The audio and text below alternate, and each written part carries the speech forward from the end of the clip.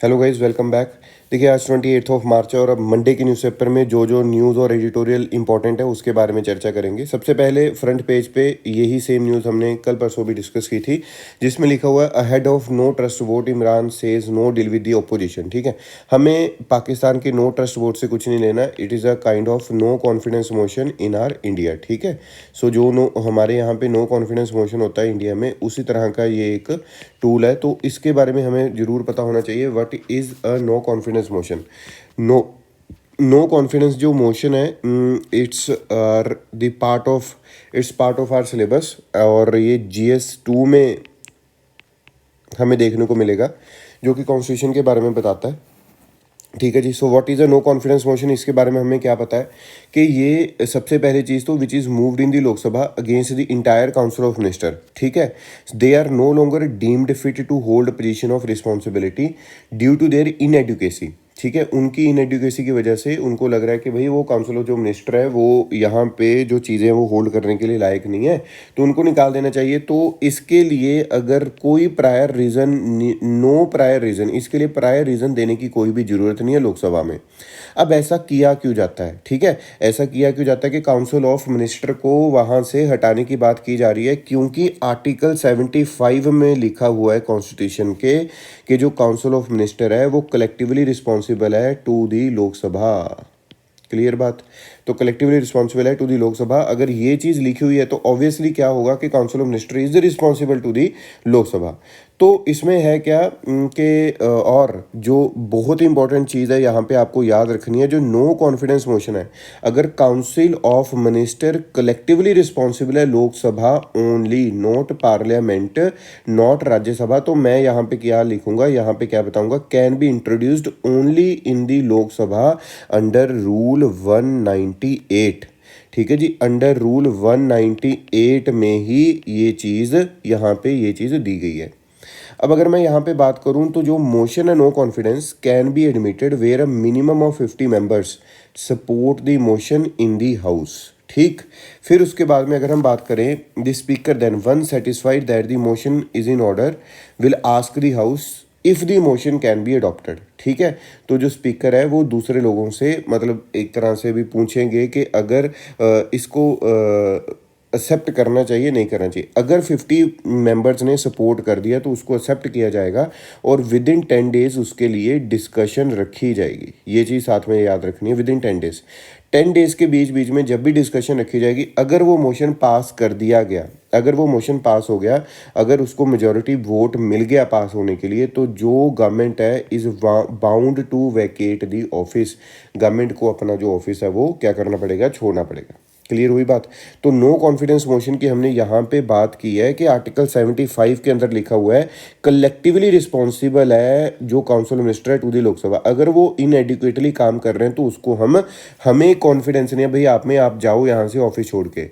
ठीक है, तो अगर हमें कॉन्फिडेंस नहीं है उनमें तो मोशन पास किया जाएगा, 50 मेंबर्स की एक्सेप्टेबिलिटी होएगी। अगर वो पास हो जाता है 50 मेंबर्स की एक्सेप्टेबिलिटी के बाद में पास हो जाता है डिस्कशन के टाइम पे, तो जो काउंसिल ऑफ मिनिस्टर है bound to vacate the office, मतलब government is bound to vacate the office. आगे चलते हैं। आगे number 2, unions to start 48 hour Bharat bandh today. देखो, एक तो होता है बंद, एक हम जिसको बोल देते हैं स्ट्राइक।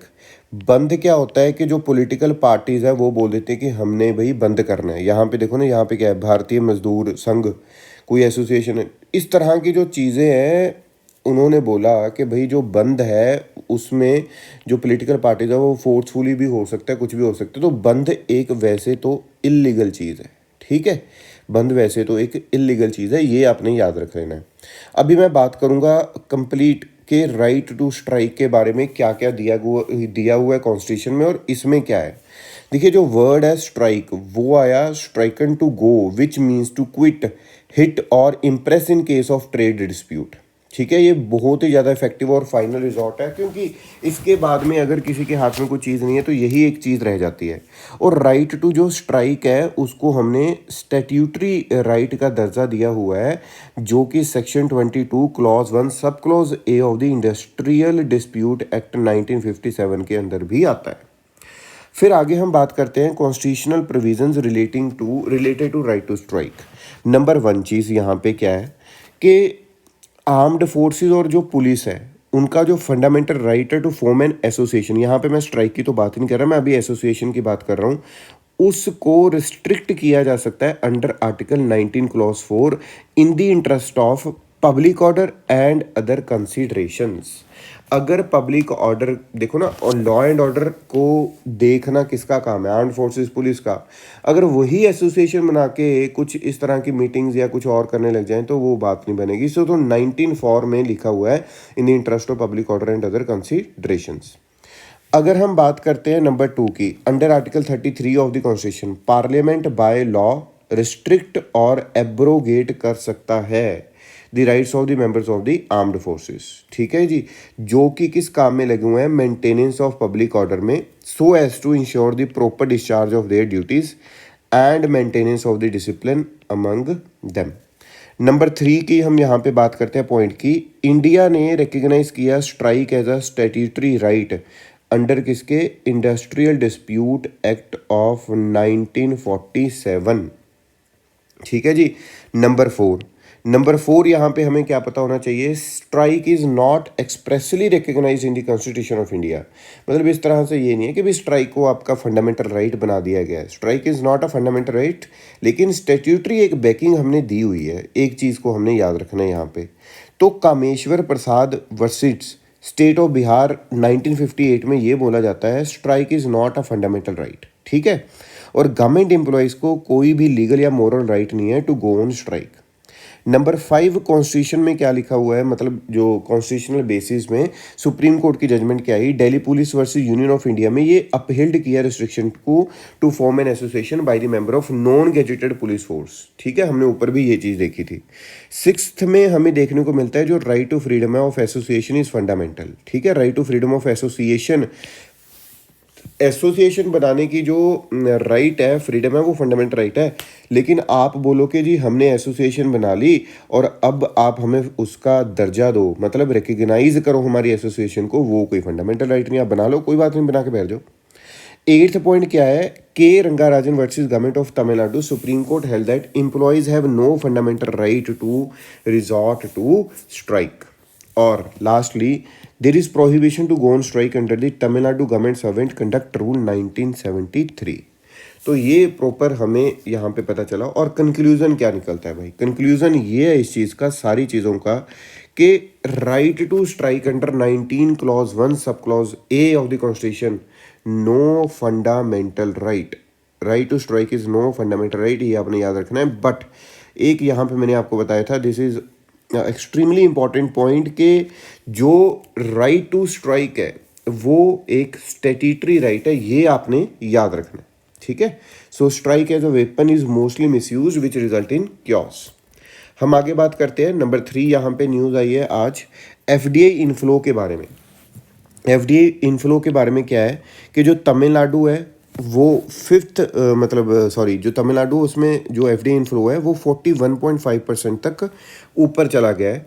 तो जो तमिलनाडु है 5th नंबर पे आता है, जिसमें ज़्यादा एफडीआई पूरी कंट्री में, अगर मैं शेयर की बात करूं तो पूरी कंट्री में आता है। इसमें नंबर 1 महाराष्ट्र है, नंबर 2 कर्नाटका, फिर गुजरात, फिर दिल्ली। मतलब नंबर 1 है महाराष्ट्र, ठीक है जी, और नंबर 2 यहाँ पे हमें देखने को क्या मिलता है, नंबर 2 यहाँ पे हमारे पास आता है कर्नाटका, और नंबर 3 हमारे पास यहाँ पे है Gujarat, and number 4 is Delhi. ये हमारा शेयर है एफडीआई का, सबसे ज़्यादा महाराष्ट्र 26% है, और फिर उसके बाद में नंबर 5 अभी मैंने आपको बताया तमिलनाडु। ये इस तरह से जो एफडीआई है वो हमारी कंट्री में आती है। लेकिन एफडीआई होती क्या है, देखिए कोई भी कंपनी है, सपोज कोई यूएसए की कंपनी है, अगर हमारे इंडिया में आके इन्वेस्ट कर रही है, यूएसए की company if investing into India, और उसने यहाँ पे प्रॉपर सेटअप अपना मैन्युफैक्चरिंग प्लांट, ये वो सब कुछ यहाँ पे किया, मतलब 1 साल 2 साल लगा के अपना मैन्युफैक्चरिंग प्लांट यहाँ पे सेटअप किया, अपनी इन्वेस्टमेंट की, तो मतलब क्या है, वो यहाँ पे लॉन्ग टर्म आने के लिए टिकी है ना। और अगर मैन्युफैक्चरिंग प्लांट लगाए तो हमारे पास नई टेक्नोलॉजी भी आएगी, हमारे जो लोग हैं इनको एम्प्लॉयमेंट भी मिलेगा, मतलब विन विन सिचुएशन है दोनों की तरफ, है ना, कि दोनों को उसी तरह का बेनिफिट मिल रहा है जी। तो जो एफडीआई है यहाँ पे हमें क्या पता होना चाहिए, अगर ये विन विन सिचुएशन दोनों के लिए यहाँ पे हमें लग रही है, यहाँ पे हमें पता लग रहा है, यहाँ पे हमें दिख रहा है ये विन विन सिचुएशन का चीज़, तो ज़्यादा टाइम के लिए ये अगर आई है लॉन्ग टर्म के लिए, तो मैं उस चीज़ को बोल देता हूँ एफडीआई। लेकिन कोई कंपनी सिर्फ उसको लग रहा है कि इंडिया की कोई कंपनी है उसमें अगर मैं शेयर खरीद लूँगा, यूएसए का कोई बंदा है, नंबर 2 एग्जांपल लेते हैं अब, यूएसए का कोई बंदा है, उसको लगा कि अगर मैं इंडिया में अपने वहाँ पे किसी पर्टिकुलर कंपनी के शेयर्स खरीद लूँगा या कुछ और खरीद लूँगा तो मुझे बेनिफिट हो जाएगा। लेकिन अगर वो कंपनी के शेयर नीचे जाने लग गए, वो अपने पैसे निकलवा लेगा। मतलब सिर्फ और सिर्फ बेनिफिट लेने के लिए अगर कोई आ रहा है, ठीक है, शॉर्ट टर्म के लिए, हम उसको बोल देते हैं फॉरेन पोर्टफोलियो इन्वेस्टमेंट, एफपीआई। तो ये यहाँ पे ये लिखा हुआ है, process whereby resident of one country acquire ownership of asset for the purpose of controlling the production, distribution and other activities of firm in another country। ठीक है जी। डिफरेंट फ्रॉम दी एफपीआई होती है ये। Foreign entity merely buy stocks and bonds of a company। FPI does not provide the investor with control over the business। ठीक है, control तो कहाँ से आएगा, और ये शॉर्ट टर्म के लिए आता है। 3 कंपोनेंट है इसके, एक तो इक्विटी कैपिटल है, अगर मैं शेयर्स की फॉर्म में लेकर आ रहा हूँ, ठीक है, शेयर्स की फॉर्म में लेकर आ रहा हूँ तो वो कहलाती है इक्विटी कैपिटल। यहाँ पे देखिए, purchase of shares of an enterprise in a country other than its own. अब यहाँ पे एग्जांपल लेते हैं, कोई ए बंदा है जिसका की सेटअप है यूएसए में, यूएसए का बंदा है, और एक बी कंपनी है, जो बी कंपनी है वो कहाँ पे, इंडिया में। और ये ए बंदा कहाँ पे आया है, बी कंपनी के शेयर्स को खरीदने के लिए। तो उसमें अगर उस तरीके से एफडीआई हमारे पास आ रही है तो मैं उसको क्या बोलूँगा, इक्विटी कैपिटल। नंबर 2, अब सपोज ये जो शेयर्स यहाँ पे लेकर आया था, कुछ 1 लाख रुपए के शेयर लेकर आया, फॉर एग्जांपल है ये, बहुत कम बता रहा हूँ मैं आपको, 1 लाख के लेकर आया, और उसमें से उसको बना कुछ 50,000 रुपीज़ उसका प्रॉफिट हो गया। और उस प्रॉफिट को अगर उसने प्रॉफिट में से कुछ 30,000 रुपीज़ दोबारा से यहीं पे हमारी जगह पे हमारे इंडिया में इन्वेस्ट कर दिया, हम उसको बोलते हैं री इन्वेस्टेड अर्निंग्स। मतलब इसकी अर्निंग्स थी ना 50,000 प्रॉफिट, उसमें से 30,000 दोबारा से उसने यहाँ पे री इन्वेस्ट कर दिया, तो उसको हम क्या बोलेंगे, री इन्वेस्टेड अर्निंग्स। नंबर 3 यहाँ पे आती है इंट्रा कंपनी लोन्स। और इंट्रा कंपनी लोन्स क्या होता है, जैसे कि डेट ट्रांजैक्शंस जो कि शॉर्ट टर्म या लॉन्ग टर्म बोरोइंग्स होगी, लैंडिंग ऑफ फंड्स हो गया बिटवीन डायरेक्ट इन्वेस्टर, तो ये चीज़ को हम क्या बोलते हैं, इंट्रा कंपनी लोन्स। ये 3 तरह के कंपोनेंट एफडीआई में हम देखने को मिलते हैं। अगर हम रूट की बात करें कि सपोज़ कि कोई यहाँ पे यूरोप का इंसान है और वो हमारे इंडिया में आना चाह रहा है, ठीक है, इंडिया में आना चाह रहा है, तो इंडिया में आने के लिए उसको कौन से रूट से पैसा लेके आना पड़ेगा। देखिए, एक तो है ऑटोमेटिक रूट, जिसमें बंदे ने आना है, यहाँ पे आके काम करना स्टार्ट करना है, और उस काम करने की डेट और उसके बीच में 30 डेज़ के बीच बीच में उसको आरबीआई को सिर्फ इन्फॉर्म कर देना है कि भाई मैं यहाँ पे आया हूँ और ये काम कर रहा हूँ। इसको हम बोलते हैं ऑटोमेटिक रूट। मतलब प्रायर आने से पहले कोई अप्रूवल लेने की ज़रूरत नहीं है, आप आ जाओ, आप एंटर कर जाओ, एंटर करने के बाद में 30 दिनों के अंदर अंदर, जब से आपने काम स्टार्ट कर दिया उसके 30 डेज़ के अंदर अंदर आपने आरबीआई को इन्फॉर्म करना है। नंबर 2 यहाँ पे हमारे पास है गवर्नमेंट रूट। इसमें आपको प्रायर अप्रूवल लेनी पड़ती है, आने से पहले ही बोलना पड़ेगा या पूछना पड़ेगा कि शुड आई कम, ठीक है, या फिर मैं किस तरह से आ सकता हूँ, कैसे आऊँ। तो यहाँ पे एक चीज़ है, फॉरेन इन्वेस्टमेंट फैसिलिटेशन पोर्टल, जो कि सिंगल विंडो क्लियरेंस देता है इस चीज़ के लिए, मतलब अप्रूवल रूट के लिए, जहाँ से पूछना पड़ता है जिस चीज़ के लिए एफआईएफपी हमने बनाया हुआ है। और ये एडमिनिस्टर करता है कौन, DPIIT under the ministry of commerce and industry. ठीक है जी। तो ये एफडीआई के बारे में आपने याद रखना है। अगर कोई कन्फ्यूजन है, डाउट है, तो आप कमेंट्स बॉक्स में पूछ सकते हो। देखिए, नंबर 4 है the era of an unemployed India. यहाँ पे हुआ क्या है, रिपोर्ट्स आ रही हैं कि देखिए ना, ये नंबर 1 पॉइंट यहाँ पे इंट्रोडक्शन में क्या है कि आपने देखा होगा बहुत ही बड़ा एक मैसिव जॉब इनसिक्योरिटी इंडिया के यूथ में, और उस चीज़ की वजह से आपने देखा होगा कि बहुत बड़ा एक प्रोटेस्ट सा हुआ था जो कि रेलवे जॉब एप्लीकेंट्स ने किया था, है ना। तो उसमें है क्या, यहाँ पे एनएसएसओ ने बोला है कि भाई ये वाली जो अनएम्प्लॉयमेंट की रेट है, ऐसा नहीं है कि पेंडेमिक के बाद ही है, पेंडेमिक के पहले भी ये रेट क्या थी, 6.1% रेट थी, जो कि सबसे ज़्यादा हाई थी। ठीक है। और अगर मैं 2021 की बात करूं तो यहाँ पे जो अनएम्प्लॉयमेंट रेट निकल के आ रही थी वो थी 7.91%। ठीक है, तो 8% के almost near to 8% unemployment rate इतना ज़्यादा था। लेकिन जनवरी 2022 में हमें देखने को मिला कि ये जो रेट है कुछ दिखाई दिया हमें डिक्रीज़ होता हुआ, विच इज़ 6.57%। ठीक, लेकिन इसमें एक और जो हमें इंडेक्स देखने को मिल रहा है वो क्या है कि जो pressure unleashed by the influx of over qualified youth.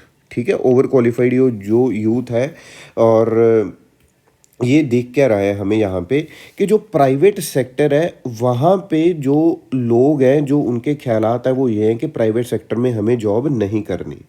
ठीक है जी, और उस चीज़ की वजह से जो बहुत ज़्यादा जैसे पीएचडी होल्डर हैं, कोई एमबीए जिसने की हुई है या फिर डॉक्टरेट कर रखी है, बढ़िया जिन्होंने एक क्वालिफिकेशन है जिनके पास, वो क्या कर रहे हैं अब मॉडेस्ट पे हाई, मतलब आपको वेटेड, मतलब एक होता है ना कि भाई middle and lower rank government jobs के लिए अप्लाई कर रहे हैं।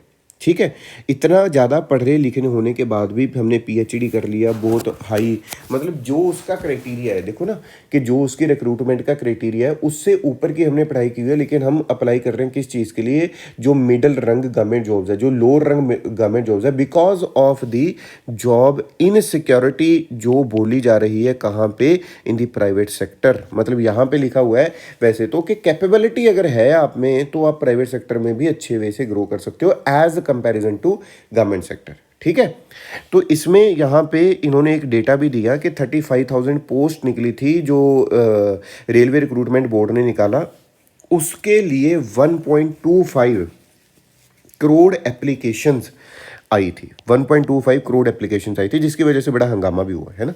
तो इसमें मैसिव इनसिक्योरिटी है, इससे पता चलता है। और candidate who met minimum eligibility, अब सपोज कर लो कि जो आरआरबी ने, मतलब रेलवे रिक्रूटमेंट बोर्ड ने जो पोस्ट निकाली, ठीक है, रेलवे रिक्रूटमेंट बोर्ड ने जो पोस्ट निकाली, उसमें से रेलवे रिक्रूटमेंट बोर्ड ने पोस्ट निकाली थी, मिनिमम क्राइटेरिया रख दिया ग्रेजुएशन। ठीक है, लेकिन यहाँ पे अप्लाई कौन कर रहा है, जिसने पीएचडी कर रखी है, जिसके पास जॉब का ऑलरेडी एक्सपीरियंस है, वो भी अप्लाई कर रहे हैं। तो जो नए लोग हैं, जो नए बच्चे, उनके लिए क्या है, बहुत ही ज़्यादा इनसिक्योरिटी की चीज़ है। ठीक है, और ये चीज़ हमें यहाँ पे भी पता चली जब रेलवे रिक्रूटमेंट बोर्ड के यूनियन रेलवे मिनिस्टर, उन्होंने बोला कि सेकेंड स्टेज के लिए जो लोगों को हमने क्या किया है, फॉर द सेकेंड स्टेज जो लोगों ने क्वालिफाई किया है, हमारी उम्मीद थी, सपोज कर लो कि हमने 100 बच्चा सेलेक्ट करना है, तो हमने 20 टाइम्स ज़्यादा बच्चे सेलेक्ट किए हैं, विच इज़ मतलब 2000, है ना। तो ये बहुत बड़ी यहाँ पे स्टेटमेंट आई है, क्यों, because of the increasing competition in the exams. अब अगर हम सितंबर 2021 की रिपोर्ट्स को लेके चले, यहाँ पे न्यू रिपोर्ट हाईलाइट कर रही है कि 18,000 एप्लीकेंट्स ने एप्लीकेशन भरी, 42 पोस्ट थी, किस चीज़ की पता, मैं आपको बताता हूँ। पीएन की पोस्ट थी एक तो, फिर उसके बाद में यहाँ पे गार्डनर की पोस्ट थी और कुक की पोस्ट थी। पीएन, गार्डनर और कुक की पोस्ट थी, टोटल 42 पोस्ट थी, लेकिन उसके लिए अप्लाई किया 18,000 लोगों ने। और ये कहाँ की बात है, यहाँ पे हिमाचल प्रदेश सेक्रेटेरिएट की बात है। ठीक है, तो इससे पता क्या चल रहा है। और इसमें मैं आपको बता दूं कि मेजर जो लोग थे वो ये नहीं कि सिर्फ कोई +2 है, कोई कुछ है, ग्रेजुएशन कर रखी है, भाई बढ़िया ग्रेजुएशन की हुई है, पीएचडी की हुई है, कुछ और चीज़ें की हुई हैं, वो अप्लाई कर रहे हैं। और उसी तरह से अर्लियर इन मार्च 2021 अगर हम बात करें, 27,000 कैंडिडेट्स जिनके पास BA, BSc, MA, MSc, MCom, MBA engineering थी, उन्होंने 13 पोजीशन पीएन की निकली थी, पीएन की जो पानीपत डिस्ट्रिक्ट कोर्ट में, उसके लिए अप्लाई किया। तो यहाँ से जो अनएम्प्लॉयमेंट का एरा है या फिर प्रॉब्लम है, ये चीज़ें हमें देखने को मिल रही हैं। अब अगर हम स्पिल ओवर इफेक्ट की यहाँ पे बात करें कि at one level enhanced deregulation, मतलब जो डी रेगुलेशन हमने इन्हांस की है of employer employee work relation in the formal sector has triggered periodic unemployment of higher skilled workers. मतलब जो लोग पहले प्राइवेट सेक्टर में काम कर रहे थे, अभी गवर्नमेंट ने डी रेगुलेशन जो है वो कम कर दिया है कि एम्प्लॉयर एम्प्लॉय रिलेशन के बीच में, उससे भी एक ये इफेक्ट पड़ा है कि वो लोग वहाँ से चीज़ें छोड़ रहे हैं, क्योंकि जब एम्प्लॉयर और एम्प्लॉय के में जो रिलेशन है उसमें मतलब प्रॉपर रेगुलेशन नहीं है, प्रॉपर फॉर्मेलिटी नहीं है, यहाँ पे फॉर्मल चीज़ें ही नहीं है, यहाँ पे फॉर्मल बात ही नहीं है। ठीक है, फॉर्मेलिटी अगर हो भी गई उसको मान नहीं रहे, ठीक है, क्योंकि डीरेगुलेशन हो चुकी है। तो उस चीज़ की वजह से वो बंदे भी क्या सोच रहे हैं कि नहीं यार, कि इसमें नहीं करना, कि कोई और चाहे छोटी मोटी जॉब ले लो लेकिन गवर्नमेंट जॉब ले लेते हैं, ठीक है। तो ये एक स्पिल ओवर इफेक्ट भी है कि वो जो एक्सपीरियंस लोग हैं, फॉर्मल सेक्टर में पहले से काम कर रहे थे, वो अब किस चीज़ के लिए काम करेंगे, यहाँ पे दूसरे बच्चे जो नए बच्चे आ रहे हैं उनके साथ कंपटीशन में बैठेंगे। So the tendency itself has rendered a deep crisis for those with lower educational qualification who strive for more modest government jobs. ठीक है, तो यहाँ पे एक और जो क्राइसिस है, जो रिड्यूस्ड एक्सपेंडिचर है हमारा हमारा हेल्थ पे, एजुकेशन पे, सोशल सेक्टर पे, उसने भी अनएम्प्लॉयमेंट को इंक्रीज़ किया है, क्योंकि पब्लिक में हो नहीं रहा। और अगर हम बात करें कि हायर एजुकेशन जो सेक्टर है, उसमें खुद ही रिवील कर रहा है वो कि भाई उसमें जो लोग हैं वो अब ज़्यादा जा रहे हैं अपनी क्वालिफिकेशन को इंक्रीज़ करने के लिए। तो इसमें सिनारियो क्या है कि हाई एजुकेशन जो इंस्टीट्यूशंस हैं उसमें जो टीचिंग की पोस्ट है, क्वालिफाइड टीचर्स हैं, वो भी नए रिक्रूट करने पड़ेंगे, लेकिन ये चीज़ भी यहाँ पे नहीं हो पा रही, ठीक है। अब आगे देखते हैं जो इम्पोर्टेंट है यहाँ पे, कि अनदर इंडेक्स आया जहाँ पे इन job insecurity, unemployment, arbitrary enhancement of education qualification, इसने क्या किया, recruitment into better paid government jobs as well as new criteria for the admission into professional training institution. This tendency has not only manifested itself in public funded HEI where in the entry level teaching position. मतलब यहाँ पे क्या है कि जो यहाँ पे government jobs की मैं बात भी कर रहा हूँ, वहाँ पे नए लोग जा रहे हैं हायर एजुकेशन के लिए, वहाँ पे एंट्री लेवल पे अगर हम बात करते हैं टीचिंग के लिए, PhD क्या कर दी हुई है, वहाँ पे मैंडेटरी कर दी गई है, ठीक है। तो यहाँ पे अगर हम बात करें नीट की, CTET की, वो भी जो एग्ज़ाम्स हैं आपके सामने हैं कि जो कंपटीशन है वो इंक्रीज़ होता हमें दिखाई दे रहा है। सो ये जो चीज़ है यहाँ पे हमें यही पता चला है कि इस चीज़ को हम आइसोलेशन में ख़त्म नहीं कर सकते, तो गवर्नमेंट को इन चीज़ों के बारे में सोचना चाहिए और उस वे में काम करना पड़ेगा, तभी ये जो चीज़ है वो प्रॉपर वे से ख़त्म हो पाएगी। अगले आर्टिकल की तरफ चलते हैं, बहुत ही इंपॉर्टेंट आर्टिकल है, poverty rise but income inequality fail. इस आर्टिकल में क्या है, देखिए सबसे पहले कोविड-19 ने क्या किया कि जो इंडियन सोसाइटी है उसका उसमें 2/3 जो कंट्री है हमारी वो इन्फेक्ट हुई कोविड-19 की वजह से, ठीक है। बहुत लोगों की डेथ हुई, डायरेक्टली इनडायरेक्टली बहुत ही जो इम्पैक्ट है वो हम पे पड़ा।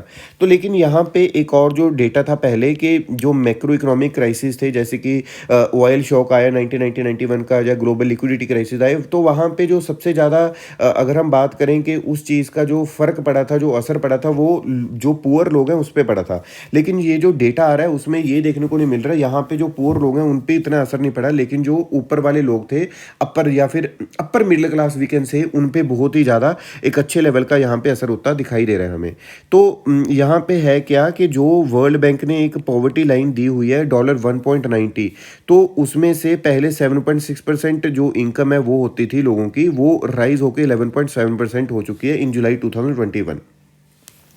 अगर हम यहाँ पे इनकम इनक्वालिटी की बात करें तो यहाँ पे लिखा ये हुआ है कि जो एवरेज मंथली इनकम है हाउस होल्ड की, टॉप 25% और बॉटम 25% की अगर हम यहाँ पे इनकम डिस्ट्रीब्यूशन की बात करते हैं, तो अर्बन एरिया में अगर हम बात करें तो अर्बन एरिया में वो 45,000 है, और जो लोअर क्लास की है अर्बन एरिया में वो 8,000 है। तो रूरल एरिया में ये 22500 और 7,500 है।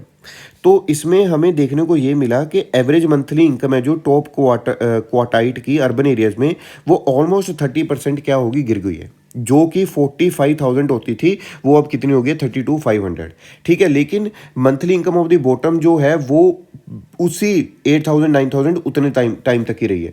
मतलब क्या है कि जो अपर लेवल के लोग थे जिनकी इनकम 42,500 के नज़दीक थी, ठीक है, 45,000 थी, सॉरी, तो वो क्या हो चुकी है, वो डाउन आ चुकी है, 32,000 हो चुकी है। लेकिन जो लोअर वाले थे वो 8,000 ही रही है, मतलब 8,000 या 8,500 हो चुकी है।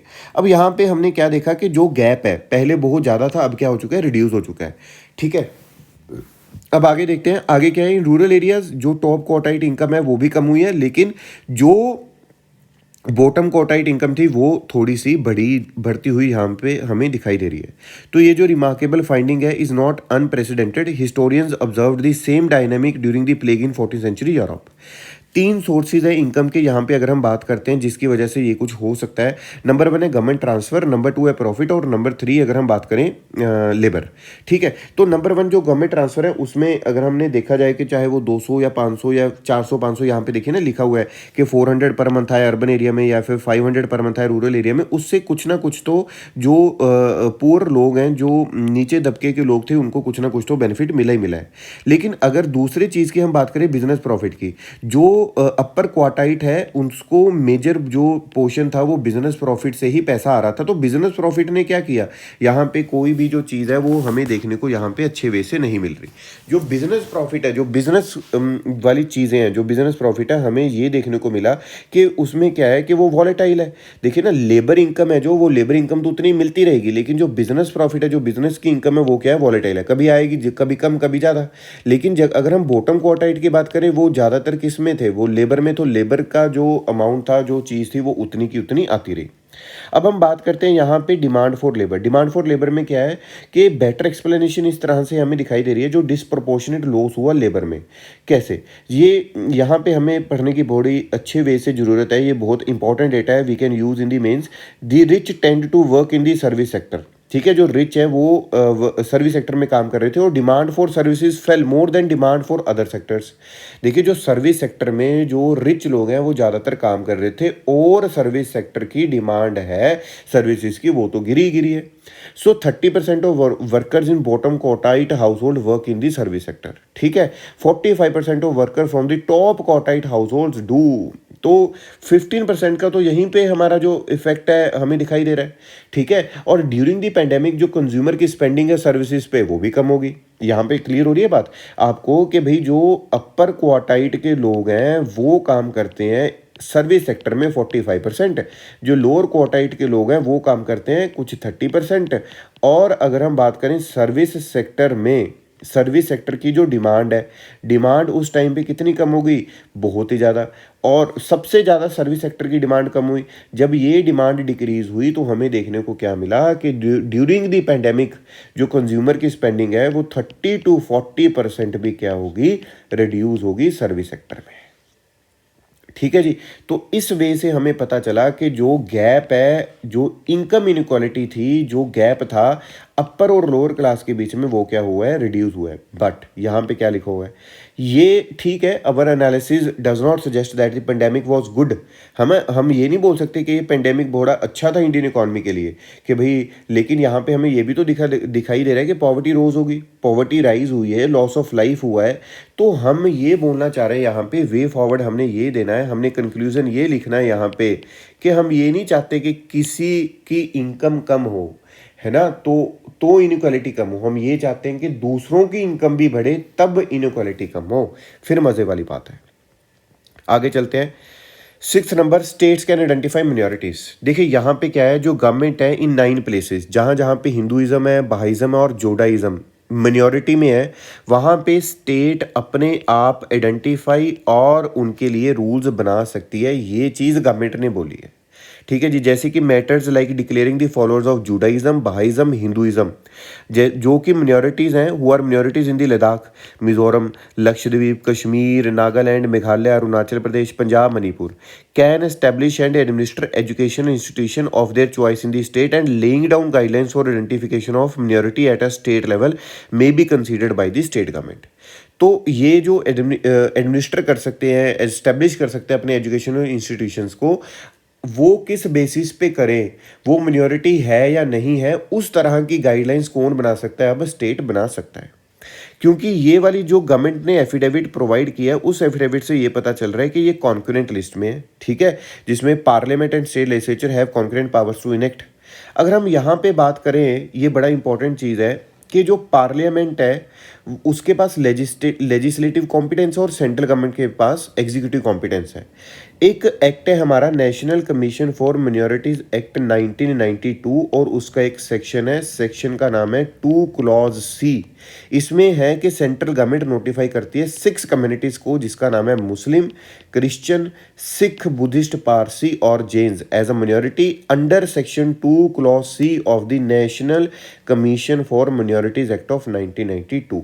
ये बहुत इंपॉर्टेंट डेट है, ये याद रखने वाली चीज़ है और ये तो प्रॉपर आपने याद रखनी है। कई बार क्या होगा कि करंट अफेयर्स की बैकिंग लेके कुछ स्टैटिक पार्ट का जो क्वेश्चन है वो डालने की कोशिश की जाती है। अगली तरफ चलते हैं, नंबर 7। और नंबर 7 में क्या है, the move to ease voting for the overseas citizen. ठीक है, ओवरसीज सिटीजन के लिए कि वोटिंग को ईज करने के लिए यहाँ पे है। यहाँ पे सबसे पहली बात तो ऑनलाइन वोटिंग की यहाँ पे बात की जा रही है, नंबर 1। नंबर 2 यहाँ पे बोला, ईसीआई ने डिमांड की थी कि कंडक्ट ऑफ जो इलेक्शन रूल्स हैं उसको अमेंड किया जाए और जो पोस्टल बैलेट्स हैं वो प्रोवाइड की जाएं, किसको, एनआरआईज को। ध्यान से समझना कि जो पोस्टल बैलेट्स हैं वो किसको प्रोवाइड किया जाए, एनआरआईज को प्रोवाइड किया जाए। तो यहाँ पे हमें क्या पता चलता है, how can overseas voters currently vote in India, वो किस तरह से वोट करते हैं। यहाँ पे प्रायर टू 2010 जो इंडियन सिटीजन है, जो कोई इंडियन सिटीजन अगर कोई बाहर की कंट्री में 6 महीने से रह रहा है और वहाँ वो यहाँ पे हमारी कंट्री में नहीं आया, उसकी वोट क्या हो जाती है, कट हो जाती है जी। ठीक है, लेकिन यहाँ पे after passing the representation of people act 2010 eligible NRIs who have stayed abroad beyond 6 months वो भी वोट कर सकते थे, किस तरह से, पोस्टल बैलेट से। ठीक है, तो पोस्टल बैलेट में होता क्या है, पोस्टल बैलेट में यहाँ पे हम पोस्टल बैलेट की बात करेंगे। पोस्टल बैलेट की बात करते हैं यहाँ पे कि पोस्टल बैलेट में पहले तो इलेक्ट्रॉनिकली उनको भेज दिया जाता है, उनको जस्ट डाउनलोड करना है और डाउनलोड करके उसको फिर अपना जो भी मतदान करना है, जो भी वोट करनी है, उसको रिटर्निंग ऑफिसर को भेज देना है बाय दी मेल और बाय दी पोस्टल। ठीक है, ये चीज़ यहाँ पे लिखी हुई है, what is ETPBS and how it does a function. और ये कंडक्ट ऑफ इलेक्शन रूल 1961 में लिखा हुआ है। अब अगर हम यहाँ पे बात करें कि ये जो फैसिलिटी है क्या अच्छे वे से काम कर रही है, नहीं कर रही। देखिए, पहले इस चीज़ से पहले क्या होता था, 11,846 ओवरसीज वोटर होते थे, लेकिन जब ये इंट्रोड्यूस किया गया पोस्टल बैलेट वाला तो 1 लाख हो गए।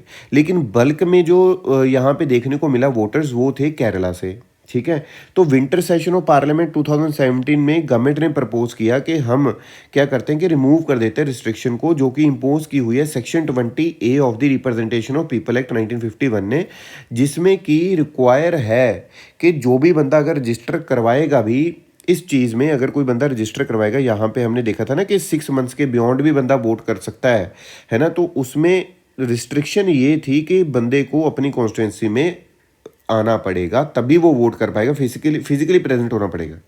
तो इसको फिर ख़त्म किया, तो ये यहाँ पे क्या इंट्रोड्यूस किया हमने, पोस्टल बैलेट। ठीक है, सो ये थोड़ा सा कन्फ्यूज़न अगर है तो दोबारा बता देता हूँ। यहाँ पे ऑनलाइन वोटिंग की बात की जा रही है और यहाँ पे एनआरआईज को कि किस तरह से वो पोस्टल बैलेट का मतलब यूज़ कर सकते हैं। यहाँ पे तो पहले तो ये था कि ईसीआई का प्रपोजल था। ठीक है, नंबर 3 यहाँ पे क्या है कि 2010 से पहले जो इंडियन सिटीजन 6 महीने से बाहर रह रहा है, वो वोटिंग का उसका जो अधिकार है वो नहीं दिया जाता था। फिर उसके बाद में रिप्रेजेंटेशन ऑफ पीपल एक्ट 2010 में जो एनआरआईज हैं उसको बोला गया कि वो वोट डाल सकते हैं। ठीक है, वोट डाल सकते हैं, लेकिन वोट डालने के लिए क्या करना पड़ेगा, section 20A of the representation of people act 1951 ये बोलता है आपको वो कॉन्स्टिट्यूएंसी में प्रेजेंट होना पड़ा है, तभी वोट डाल सकते हो। तो उससे क्या था, वो हम डिस्करेज कर रहे थे लोगों को कि आप यहाँ पे आना पड़ेगा उनको।